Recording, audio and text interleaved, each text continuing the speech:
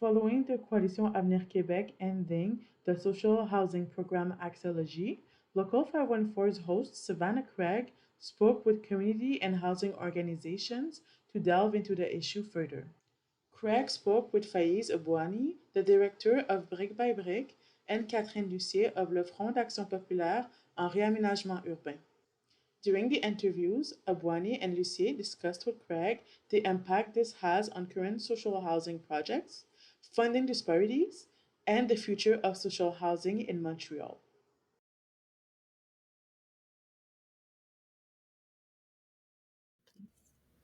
Yes, I'm Catherine Lucier. I'm a community organizer at FRAPRU. Wonderful. Thank you so much. So what does the CAC ending the AccesLogis program mean for the future of social housing in Montreal and the rest of the province? First, we really dislike. We didn't really. We're denouncing this announcement, obviously because the need of social housing is really high, and we are seeing it as a disresponsible from the Quebec government, and also, not taking its own responsibility of the lack of financement that the program needed to be able to deliver all the housing. So basically, the part of its announcement, it says that the program AccesLogis is unfit for delivering all social housing units, which for us is just because there's a lack of responsibility of the other Quebec government, even himself in the last years, to finance correctly and adequately the program with sufficient funds for developing all the social housing units. And also some of the needed some amelioration, improvements. So it was also needed some improvement that never had been done to, quite put all the criteria of the program like in line with the situation. So with the increase of the prices and all these increases at different places, we never really have an indexation of the program, of the cost of inside of the program. So some of the improvement that was needed never had been done, and so for us, it's a real issue that the Quebec government pretend that their new program will solve all this issue and will permit to develop the amount of affordable housing, whatever they call it, even though it could be used for developing social housing units. For us, what it needs is a real program that is dedicated for developing social housing unit. We have one, we have AccesLogis, and we need to just put all the money that it needs to be able to deliver the project and to build new ones. It's what it means is for now, until now, there is no financement that is enough for developing all the units that are needed for answering the basic needs, when we consider that there is still 24,000 or nearly 24,000 people waiting on the low income list in Montreal only. It's 38,000 around Quebec just for low income housing. We need to really finance it correctly to be able to develop as fast as possible all the social housing units we needed. And this announcement is kind of a disapprovement of what needs to be done for answering all this emergency situation that tenants lives. Thank you. You mentioned a new program proposed. I didn't see that yet. The CAC has released like a replacement for AccesLogis. It's a programme Habitation Abordable Québec, that it was mentioned also in the reaction of the minister,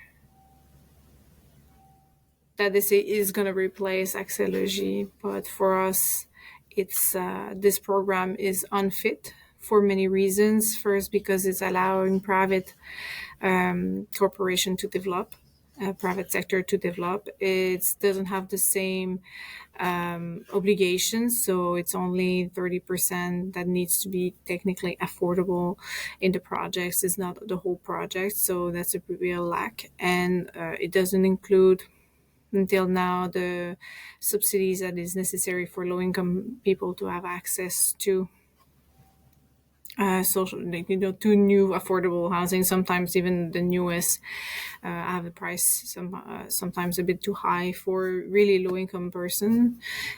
So it needs also subsidies that is not linked with that program. So there is also different flaws, and it can't replace AccesLogis that have been working for so many years and have been permanent to develop like around 36,000 units around Quebec in the last year.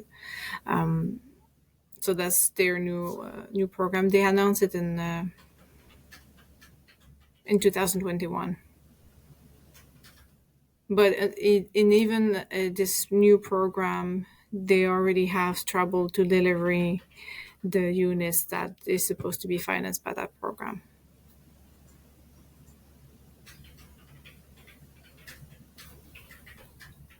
It's super technical. I'm sorry. No, no, no, no. No, I understand. Fine. I'm just getting it all down.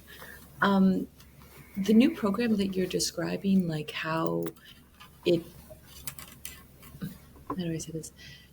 Do you think that it seems to be prioritizing,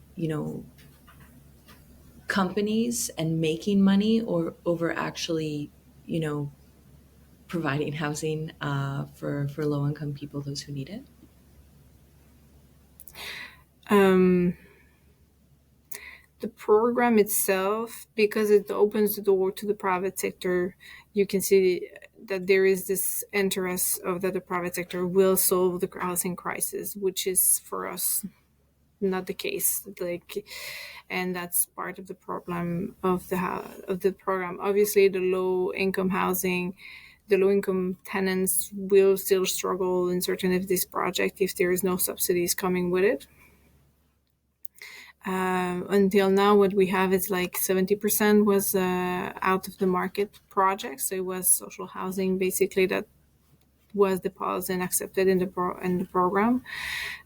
So we're still waiting the results basically of seeing what the other 30% will looks like. But obviously, the private sector has no interest of offering to low income housing, affordable housing for a long time. Also because the program only has the obligation to provide affordable housing for 10 years. After 10 years, they can increase the prices as they want. So obviously, compared to AccesLogis, this program leads to more only a shorter time of affordable housing, which is not the case when it's fully social housing units, and that's what is developed, and everything is linked together. And this is one of the issues. Like, this program is pieces. So if you want to build a project, you have to go to every piece to be able to build a project. If we want to deliver all the social housing units needed, we need one program where everything is attached to it. What AccesLogis was is to, still, and there is still like 10,000 units that are waiting to be just missing financement, the backlog. That's what we're calling the backlog, is all the units that have been planned for 10 years and they still not delivered by my missing of financement. They still need investment to be able to go and be built and construct. And we're still waiting for 10,000 units from them.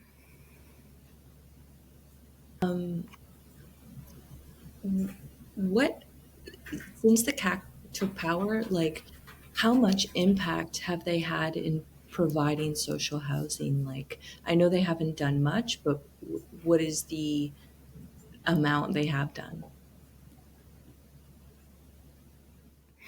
When they arrived in power, like in their first Monday, they promised to deliver the 15,000 units that were stuck, basically. From the 10 years waiting, they promised to deliver them in 4 years. They only delivered 5,000 of them. So we're still far away from even the count of the social housing that are being expected and waiting, that the project are on the table, that the communities are mobilized, that tenants are waiting for it. So we're really far away from the count. And in 4 years, they haven't invested more than 500 units for new development with social housing units. And they haven't put all the money and investment needed for delivering the 10,000 or the 15,000 units completely. So they really haven't done much. And they really, for us, have ignored the urgent needs and the housing crisis. And they really still, we're expecting in the budget way more than they have been doing. So to deliver the 10,000 units and to also plan ahead a new units inside, like investment in AccesLogis, and that's what we're asking them to finance. A bigger plan of 5 years of 50,000 units. Sorry, 500 will be a bit ambitious, but 50,000 units over 5 years, and that's what we've been asking in the Quebec government. But the CAC haven't been done much for tenants that are actually struggling, the ones that are getting evicted and they have no place to go. The housing crisis has just getting worse, and nothing has been done much for offering an alternative to the private sector.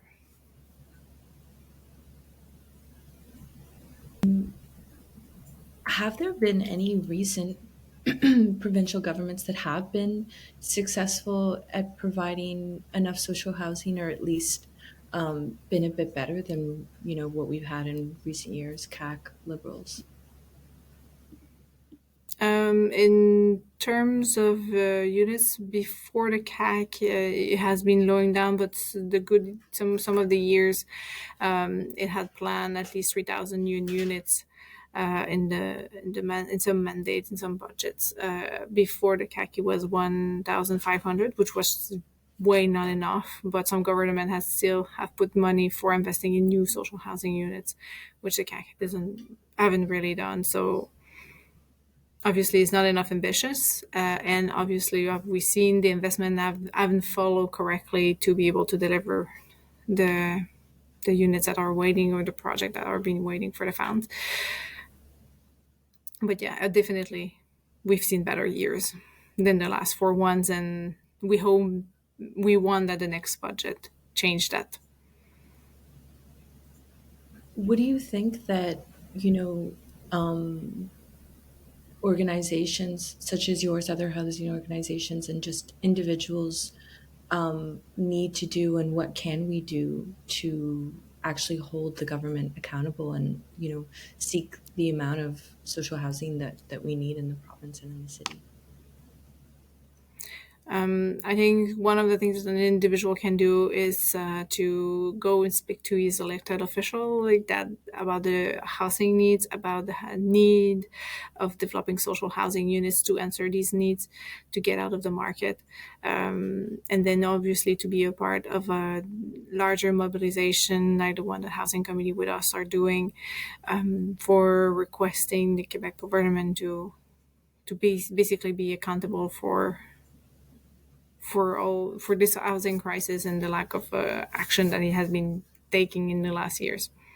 So I think one of the parts is, like, as an individual, to continue, like, not harass, I will not use that word, but continue going and asking accountability, at least from your elected official, but also, like, be part of the movement itself that we're building for asking for social housing units. And we've seen the Quebec government reacting to public opinion. So that's, I think, part of what someone can do. Perfect, thank you. Is there anything that I didn't ask that you want to share, think is important for me to include?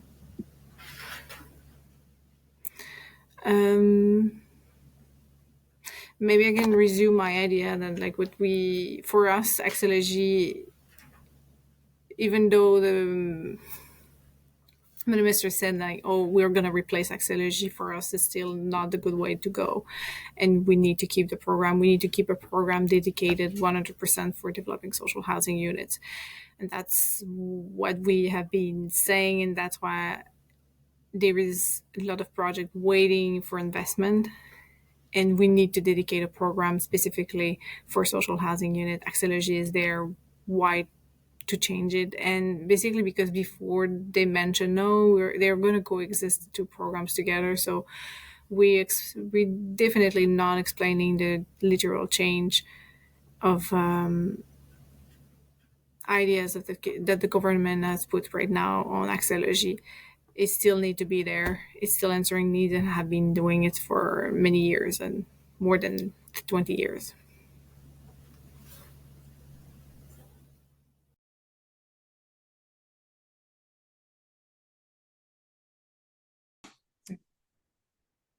Okay, thank you so much. So could you tell me, how did the city leave brick by brick, high and dry with with current social housing projects as a result of ending AccesLogis? Yes, well, it's actually the provincial government, not the city. Sorry, misspoke. No, it's okay. So basically the provincial government, the Coalition Avenir Quebec government, uh, ended a decades-long program that basically was responsible for all of the social housing that was developed in the past few decades. There's definitely a lot of support that comes from the federal government, and there's a lot of work being done by the municipality, but social housing is largely a provincial responsibility. And so we knew that the Quebec government was looking to downgrade or change or optimize, call it whatever you want, the housing program, but we weren't sure when it would happen and how it would happen. And unfortunately, the Quebec government cut the program, which is called AccesLogis,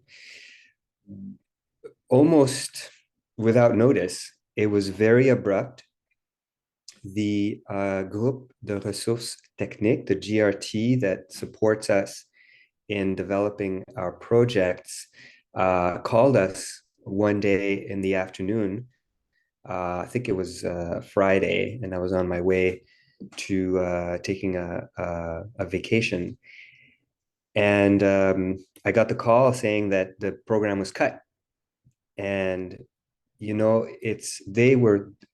folks at the GRT were very, very shaken up by that, because they also make their living by developing housing projects. Of course, I was disappointed, but I also wasn't very surprised. And right away, I went into the mode of, all right, how are we going to solve this problem? A lot of the tenants' rights groups, a lot of the housing advocates mobilized. There were some protests around this. There wasn't tons of coverage from the media, and so the issue kind of petered off.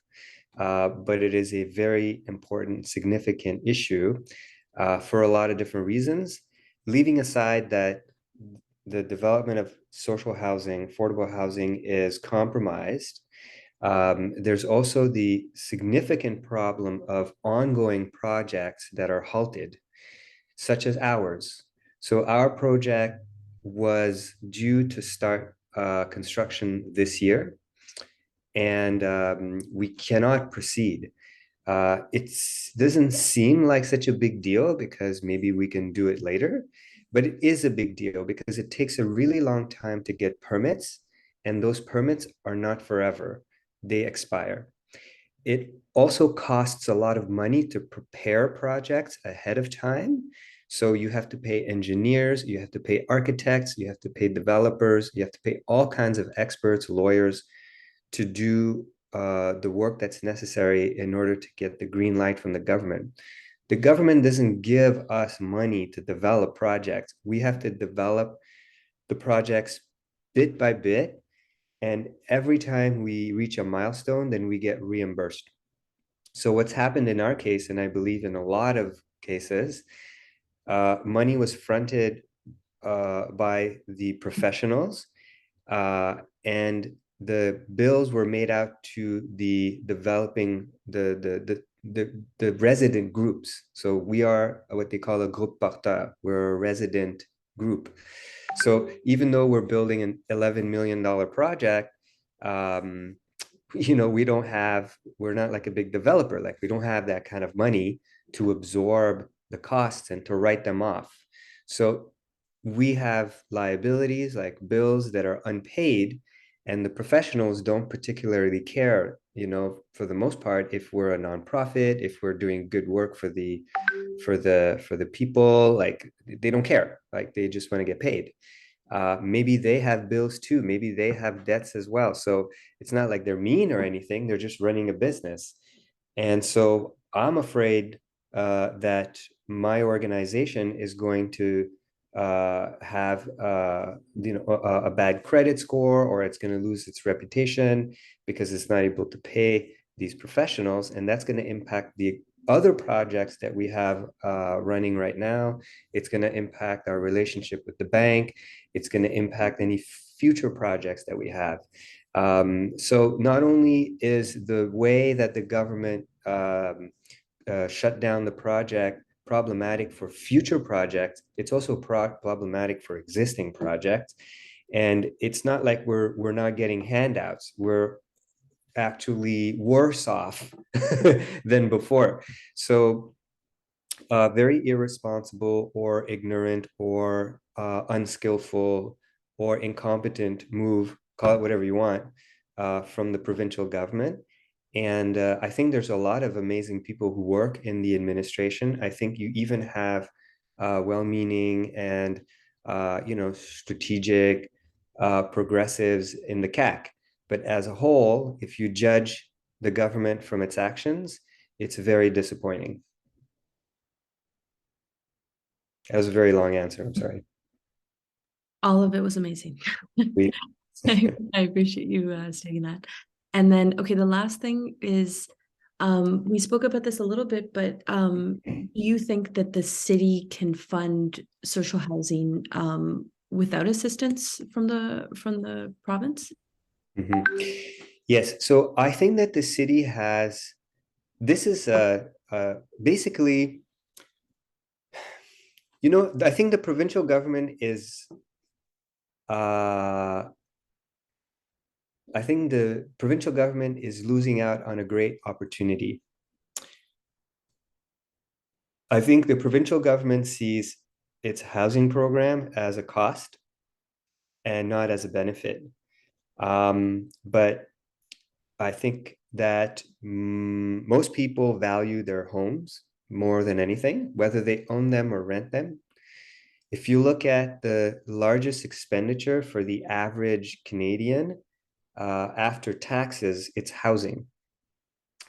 And that's for middle class people whose proportion of income towards housing is much smaller than for low income people. For low income people, their home is everything to them. It's like you have family and then you have your home, and then maybe you have your car or whatever. So, so what I'm trying to say is, if you want the people to love you and to vote for you, you should take care of their homes. You should house them. So I think that it's a great opportunity for the city now to take up this responsibility and to make a plan. The Quebec government doesn't really want to be in the housing business. There's no question about it. And the need is much greater than the supply. Even if the Quebec government changes mind, the municipal government could come in and become the leader in housing. It has all the expertise. It's on the ground. It has the urban planning powers. So it can make exceptions. It can make plans to develop projects. One thing that I learned, and this is what got me into, applying for and obtaining a real estate license. The single most difficult task when developing a project in the inner city for social housing is prospecting. finding a deal and finding a location where there is the potential for building at scale is, once you have that, then the other pieces can fall into place. And the city kind of understands this because its focus has been on buying up land because it knows that the value is going to go up.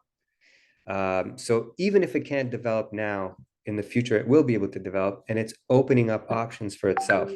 So I think that the city can move up from there strategically. Now, financially, the city, and this is an open secret of sorts, the city is becoming exceedingly wealthy because they have changed the way that they do their property evaluations such that the value of the properties in the city's like calculations is much, much higher than it was in the past. In the past, the city's calculation didn't account for speculation. The city's evaluation was much lower than the market value. What I mean by that is that the city would tax you on, say, for a condo or for a duplex that's worth 800,000 on the market, they would tax you only on $300,000 or $400,000, and the taxes are percentages of the value. Now these values are exploding, despite the fact that the market is easing. So the point is, the city is racking up huge amounts of money. What it's going to do with that money, I think, needs to be the result of a truly democratic process. The city is not really accountable to all the diversity in the city. You have, hundreds of thousands of people who don't have the right to vote. You have the lowest engagement rate, like voter turnout rate of any level of government. And so the result of that is the city's priorities have to do with getting middle-class families to stay or to come back to the city, to green the city, which is related to the first point, and to make the city more secure, which is also related to the first point. The city's priority right now is to make people who don't live here or who don't want to live here happy. That's a problem. People who already live here and who love this city should be the priority, including low-income people, including people who are not connected to lease transfer networks because they don't speak the languages or they haven't been here a very long time. We need to make housing a priority, and the city is really well equipped to do that, and it's has the resources, it has the money for sure. Not all of it. It needs to do a lot of lobbying work. It needs to work with the provincial and the feds. It needs to innovate. But for sure, I think it's if they had a plan, I think they would do great. Wonderful. Got all of it. That was really great. Amen. Awesome. So much. I really, really appreciate your time, and sorry to bother you to come on here. No, not at all. Listen, I want you to succeed because one of these days, maybe